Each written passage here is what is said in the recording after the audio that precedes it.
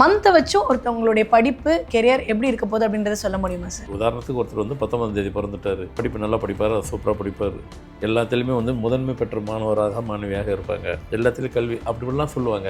ஆனால் அதே 19ஆம் தேதி பிறந்தவங்க பிப்ரவரி மாதம் பிறந்தாங்கன்னு வைங்க, நம்ம ஃபார்மெட்டில் சொல்ல போகிறது என்ன அப்படின்னு பார்த்தீங்கன்னாக்கா, நம்ம கான்செப்ட் வந்தீங்கன்னாக்கா 9th வரைக்கும் நல்லா படிப்பாங்க, 10th வரும்போது எஜுகேஷன் அப்படியே ஸ்லோவாயிரும், அப்புறம் +1 +2 ரொம்ப ஸ்லோவாயிரும், காலேஜில் பிப்ரவரி மாதம் இருக்கும்போது மேக்ஸிமம் நீங்கள் பர்சனலாகவே என்கிட்ட வரல, அது அப்புறமா நீங்கள் பர்சனலாக பிப்ரவரி மாதம்னாக்கா அவங்களுக்கு ஹெவி சப்ஜெக்டை கொடுக்காதீங்க, படிக்க வைக்காதீங்க. உங்களுக்கு ஆசை இருக்கும், என் பிள்ளை வந்துட்டு என் பொண்ணு என் பையன் வந்துட்டு டாக்டர் படிக்கணும், நாங்கள் ரொம்ப ஆசைப்பட்டோம், நாங்கள் தான் படிக்க முடியல, என் பசங்க படிக்கணும், நல்லா படிக்கட்டும். பிப்ரவரி மாதம் இருக்கும்போது அவங்கள வந்துட்டு ஹெவியை கொடுத்துறாதீங்க. இந்த காம்படிஷன் உலகத்துக்கு எல்லாருமே அவங்களுடைய எஃபர்ட் போட தான் செய்வாங்க, போடாமல் யாரும் ஜெயிக்க முடியாது, ஜெயிச்சது இல்லை. அந்த போடுற எஃபர்ட்டை கரெக்டாக ரிசல்ட் வரணும், ரிசல்ட் வராமல் நிறைய பேர் தோற்று போயிருக்காங்க. நீங்கள் தோற்கக்கூடாது, நீங்கள் ஜெயிக்கணும். நீங்கன்றது என்னை பொறுத்த வரைக்கும் மனுஷனை பிறந்து அவ்வளோ பேருமே ஜெயிக்கணும். அப்போ நியூமராலஜி பார்க்கும்போது நமக்கு எல்லாமே இலகுவாக இருக்கும், லேசாக இருக்கும். 100 முறை போராடி ஒரு முறை ஜெயிக்கிறத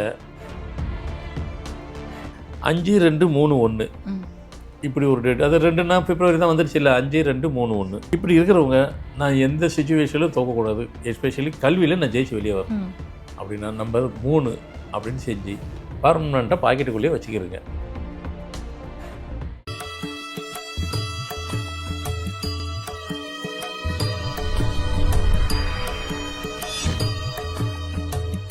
ஃபார்மட் நியூமராலஜி நேயர்களுக்கு நர்மதாவின் அன்பான வணக்கம். நம்மளுடைய சேனலில் தொடர்ந்து பல்வேறு விதமான ஃபார்மட் நியூமராலஜி மற்றும் ஆன்மீகம் சம்பந்தமான தகவல்கள் பார்த்துட்ருக்கோம். அந்த வகையில் இன்றைக்கி நம்ம பார்க்க போகிற இந்த ஒரு பதிவில் நேயர்கள் கேட்டிருக்கக்கூடிய பல்வேறு விதமான கேள்விகளுக்கு தெளிவான பதில் கொடுக்கறதுக்காக நம்ம கூட இன்றைக்கி ஃபார்மட் நியூமராலஜியினுடைய தந்தை டாக்டர் மகா தனசேகர் ராஜா அவர்கள் இணைஞ்சிருக்கிறாங்க. வணக்கம் சார். வணக்கம்மா. சார், இப்போ நேயர்கள் சிலருக்கு சார் எப்போவுமே ஒருத்தவங்களுடைய படிப்பையோ கெரியரையோ ஃபிக்ஸ் பண்ணுறதுக்கு டேட் எடுத்து சொல்லுவாங்க. ஆனால் இப்போ சார் மந்த்தையும் எடுத்து சொல்கிறதா நாங்கள் கேள்விப்பட்டோம். அந்த மந்த்தை வச்சு எப்படி அவங்களுடைய கெரியரை டிசைட் பண்ணுறாங்க, அது எப்படி பாசிபிளாக இருக்குது அப்படின்ற மாதிரி கேட்டிருக்காங்க. மந்த்தை வச்சும் ஒருத்தவங்களுடைய படிப்பு கெரியர் எப்படி இருக்க போகுது அப்படின்றத சொல்ல முடியுமா சார்? கண்டிப்பாக. நம்ம ஃபார்மட்டினுடைய சீக்ரெட்டே வெறும் டேட்டை வச்சே முடிவு எடுக்கலன்னு தான். அது எஸ்பெஷலி எஜுகேஷனில் பண்ணுறவங்களுக்கு மந்த்தும் கன்சிடரேட் பண்ணுறது நான் பிகினிலேருந்து அதை தான் சொல்கிறேன். வெறும் நீ 1ஆம் தேதி பிறந்திருக்கீங்களா உடனே ஆக ஓக படிச்சிருவேன், பொதுவாக அப்படி தான் சொல்கிறது எல்லாத்துக்கும், எல்லாருமே. நம்மதில் அப்படி கிடையாது. உதாரணத்துக்கு ஒருத்தர் 19ஆம் தேதி பிறந்துட்டார், படிப்பு நல்லா படிப்பார், சூப்பராக படிப்பார், எல்லாத்துலேயுமே முதன்மை பெற்ற மாணவராக மாணவியாக இருப்பாங்க, எல்லாத்துலேயும் கல்வி அப்படிலாம் சொல்லுவாங்க. ஆனால் அதே 19ஆம் தேதி பிறந்தவங்க பிப்ரவரி மாதம் பிறந்தாங்கன்னு வைங்க, நம்ம ஃபார்மெட்டில் சொல்ல போகிறது என்ன அப்படின்னு பார்த்தீங்கன்னாக்கா, நம்ம கான்செப்ட் வந்தீங்கன்னாக்கா 9th வரைக்கும் நல்லா படிப்பாங்க, 10th வரும்போது எஜுகேஷன் அப்படியே ஸ்லோவாயிரும், அப்புறம் +1 +2 ரொம்ப ஸ்லோவாயிரும், காலேஜில் படிக்கிறதுக்கு ரொம்ப கஷ்டப்படுவாங்க. யார் பிப்ரவரி மாதம் பிறந்தால் அவ்வளோ பேரும். என்னங்க திடீர்னு இப்படி குண்டை போடுறீங்க? குண்டு இல்லைங்க, இருக்கிற ஃபேக்டை தான் சொன்னேன் நான். பிப்ரவரி மாதம் பிறந்துக்கும் போது எஜுகேஷனில் ரொம்ப நம்மளை டஃப்பாக ஆக்கிரும். 9th வரைக்கும் நல்லா படித்தவங்க சில பேர் 9th கொஞ்சம் ஸ்ட்ரகிள் பண்ணுற மாதிரி இருக்கும், சில பேர் 9th கம்ப்ளீட் பண்ணுற மாதிரி இருந்துட்டு வெளியே 10th வரும்போது ரொம்ப ஸ்ட்ரகிள் பண்ணிடுவாங்க. இப்போ அதில் 1ஆம் தேதினா 28னாக்கா 9th 8th ஸ்ட்ரகிள் பண்ண ஆரம்பிச்சிடும். இதே 28 பிப்ரவரி இருந்துச்சுன்னா 19 பிப்ரவரி அப்படி. இது ஒருவருக்கு ஒரு கணக்கு, நம்பர் தான் அல்டிமேட்டாக.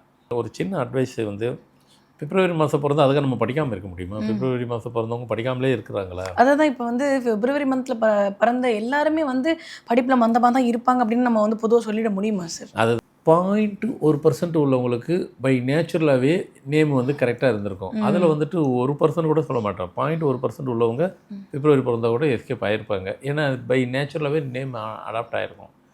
மீதி 99.99% பிப்ரவரி மாதம் பிறந்தவங்களுக்கு எஜுகேஷன் டிஸ்டர்பன்ஸ் தானே இருக்கும். ஏன் ஒரு படி மேலே போனோன்னாக்கா அரியர்ஸ் வைக்கிறவங்க எல்லாம் பிப்ரவரி தான். ஆமாம், காலேஜ் படிக்கிற பசங்க இருக்குது, அரியர்ஸ் வச்சுருப்பாங்க. சில பேர் கவலைப்பட மாட்டாங்க, எல்லாத்தையும் 36 செமஸ்டர் எழுதிட்டு 36 கம்ப்ளீட் பண்ண மாதிரி 36 அரியர்ஸ் வச்சுருப்பாங்க. என்கிட்ட அப்படி ஒரு பையன் வந்தான்.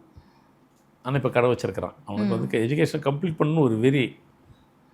இன்ஜினியரிங் முடிச்சுட்டு இன்னும் 1.5 வருஷம் அது அவன் 36 பத்திரமா வச்சுருக்கிறான். அவனால் முடிக்கவே முடியல. அவங்க பேரண்ட்ஸ் வந்து ஐயா இவனை எப்படியாவது அதுலேருந்து வெளியே வர வைங்க, அடுத்து நாங்கள் பிஸ்னஸ் பண்ணுறோம் அதில் கூட போட்டுட்டோம் வந்துடட்டும். அவன் சொல்லிட்டான் நான் முடிக்காமல் வரமாட்டேன்ட்டான். அவங்களும் அதான் சொல்கிறாங்க, இவன் படித்ததுலேருந்து அதான் சொல்கிறான், ஆனால் முடிக்க மாட்டேன் அப்படிங்க. அது பிப்ரவரி மாதம் பிறந்துட்டான் அவன். அவனுக்கு அந்த தொந்தரவு இருக்கும். நம்ம இங்கே கொடுக்குறோம், இவன் எழுதுனா எல்லாத்தையும் கம்ப்ளீட் பண்ணி வெளியே வந்துடுவான். இப்போவும் சொல்லுவான், ஆச்சரியப்படுவான், சான்ஸே இல்லை சார், ஃபுல்லாக எல்லாம் டக்கு டக்கு டக்குன்னு கிளியர் பண்ணிட்டு எல்லாத்தையும் முடிச்சுட்டு வெளியே வந்துட்டான். எல்லா பேப்பரையும் முடிச்சுட்டு வெளியே வந்துட்டு, ஆனால் ஒன்று கூட பாஸ் பண்ணல படிக்கிற வரைக்கும். எல்லாத்தையும் முடிச்சுட்டு வெளியே வந்துட்டான். பிஸ்னஸில் அவங்க அப்பா கூட பண்ணுறான். நான் படித்தேன்னு எனக்கு என் பேரை விசிட்டிங் கார்டு போட்டால் பின்னாடி டிகிரி இருக்கணும், நான் பிஸ்னஸ் கூட வந்துடுறேன். ஆனால் முடிக்காமல் வரமாட்டான். அவன் ஒரு எய்மோடு இருந்தான், அது மாதிரி முடிச்சுட்டான்.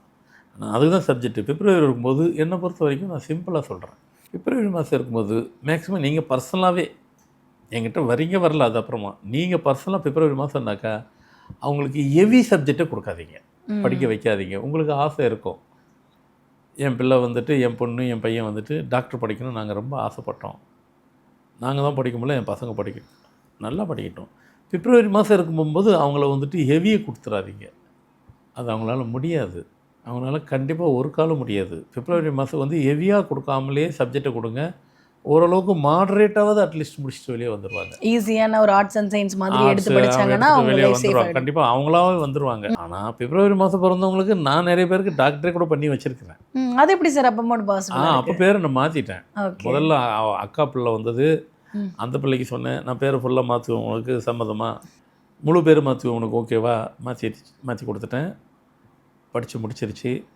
கொஞ்சம் வருஷம் கழிச்சு அது தங்கச்சி, அதுக்கு இதுக்கு வயசு 5-6 வயசுன்னு நினைக்கிறேன். ஆமாம் இருக்கும். நானும் அதே தான் படிக்க போகிறேன்னுச்சு. ஏமா அக்கா தான் பிப்ரவரி, இது வந்து நவம்பர் மாதம், இது நவம்பர் மாதம். அதேமாதிரி நவம்பர் மாதம் பிறந்தீங்கன்னு வச்சுக்கிறீங்களேன், எஜுகேஷனில் ஒரு சின்ன தடுமாற்றம் தான் இருக்கும், ஆனால் முடிச்சுட்டு வெளியே வந்துடுவீங்க. கொஞ்சம் பிரேக் ஆன மாதிரி இருக்கும், ஆனால் தடுமாற்றம் இருக்கும், கம்ப்ளீட் ஆகி வெளியே வந்துடுவீங்க பை நேச்சுரலாகவே. அந்த பிள்ளை நவம்பர், அதுக்கு தான் ஏதோ முடித்தோம், நீ வேறு கூட எடுத்துக்க, கண்டிப்பாக அதே இது நான் மெடிசன் தான் எடுக்கணும்னு சொல்லிட்டு அப்பயும் பேர் மாற்றுவேன். எனக்கு அதுவே முன்கூட்டி சொல்லிச்சு, எனக்கு பேரே கூட மாற்றிக்கிங்க பரவாயில்ல, ஏன்னா அக்கா பேரை மாற்றிட்டு கம்ப்ளீட் ஆகிட்டு வெளியே வந்துச்சு, அதனால் என் பேரையும் மாற்றிக்கிறேன், எனக்கு ஒன்றும் கவலை இல்லை. அவங்க பேரண்ட்ஸ் சரி பசங்களே சொல்கிறாங்க எனக்கு ஒன்றும் இல்லைன்ட்டு மாற்றிடுச்சிங்க. படிச்சுட்டு ப்ரொஃபஷனலாக இப்போ பண்ணுறாங்க. என்னுடைய இது என்னென்னாக்கா ஹெவியாக எல்லாத்துக்கும், ஆனால் என்ன ஒன்று எஜுகேஷன் கம்ப்ளீட் ஆகிற வரைக்கும் உட்காந்து எழுதணும், அப்போ தான் அதில் வந்து கம் அவுட் ஆகி வெளியே வர முடியும். நான் சொல்கிற அட்வைஸு பிப்ரவரி மாதம் இருக்கும்போது ஹெவியானது கொடுக்காதுங்க, அந்த மெடிசன் இந்த மாதிரிலாம் கொடுக்காம. இன்ஜினியரிங் கூட உங்களுக்கு டஃப் தான், ஆர்ட்ஸ் மாதிரி கொடுங்க, டெக்னிக்கல் கொடுங்க, நிறைய விஷுவல் கம்யூனிகேஷன் இருக்குது, அது ஒரு ப்ரொஃபஷனலாக தானே உங்களுக்கு வரப்போகுது.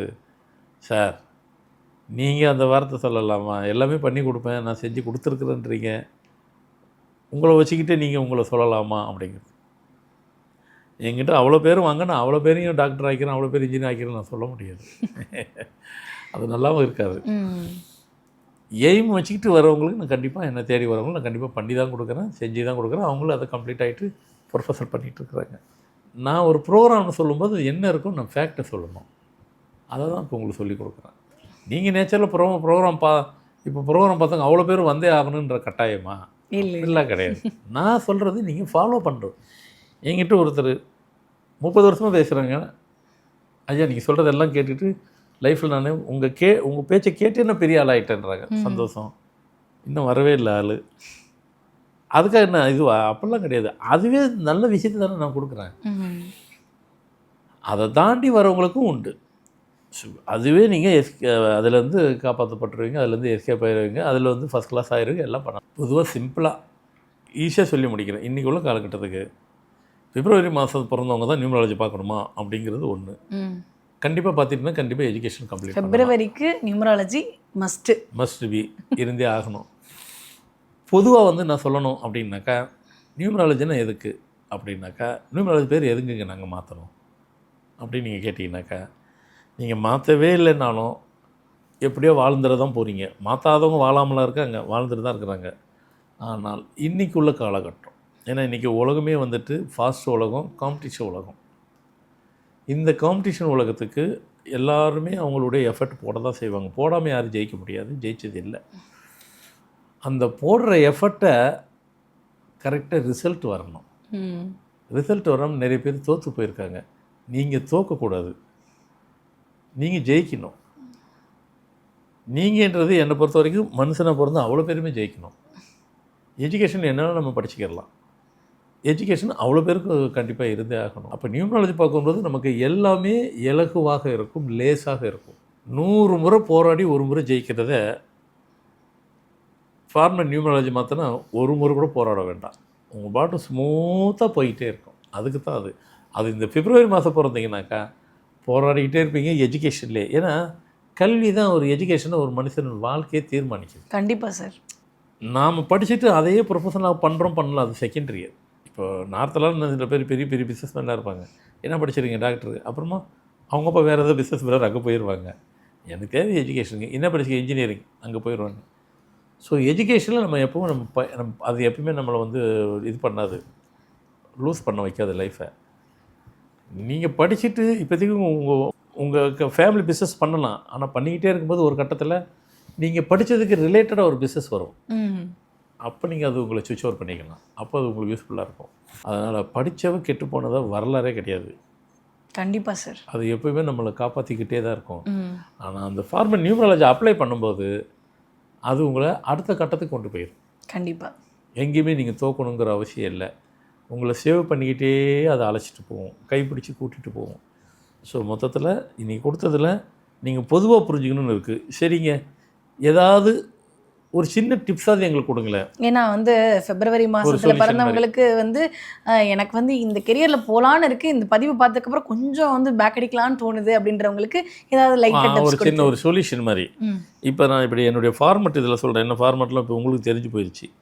5-2-3-1 இப்படி ஒரு டேட். அது 2னா பிப்ரவரி தான் வந்துடுச்சு இல்லை, 5-2-3-1 இப்படி இருக்கிறவங்க நான் எந்த சுச்சுவேஷனிலும் தோக்கக்கூடாது. எஸ்பெஷலி கல்வியில் நான் ஜெயிச்சு வெளியே வரணும் அப்படின்னா நம்பர் 3 அப்படின்னு செஞ்சு பர்மனெண்ட்டாக பாக்கெட்டுக்குள்ளேயே வச்சுக்கிறீங்க.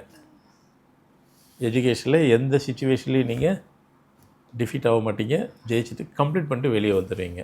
இன்னொரு ஃபார்மேட்டு 3-2-3-8 3-2-3-8 இவங்க என்ன பண்ணலாம்? நம்பர் 1 அப்படின்னு செஞ்சு பாக்கெட்டுக்குள்ளே வச்சுக்கிறேங்க. இல்லை 1 வெறும் 1 எடுத்து பாக்கெட்டில் வச்சுருங்க. எஜுகேஷனை கம்ப்ளீட் பண்ணி வெளியே வந்துடலாம். ஒரு 2 தான் சொன்னேன், இன்னும் நிறைய இருக்குது. அவ்வளோ சொல்லக்கூடாதுன்னு இல்லை, டைம் வேணும் இல்லையா?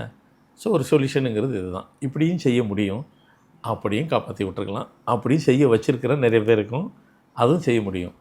ஸோ அல்டிமேட்டாக நிறைய உங்களுக்கு கொடுத்துருக்குறேன்.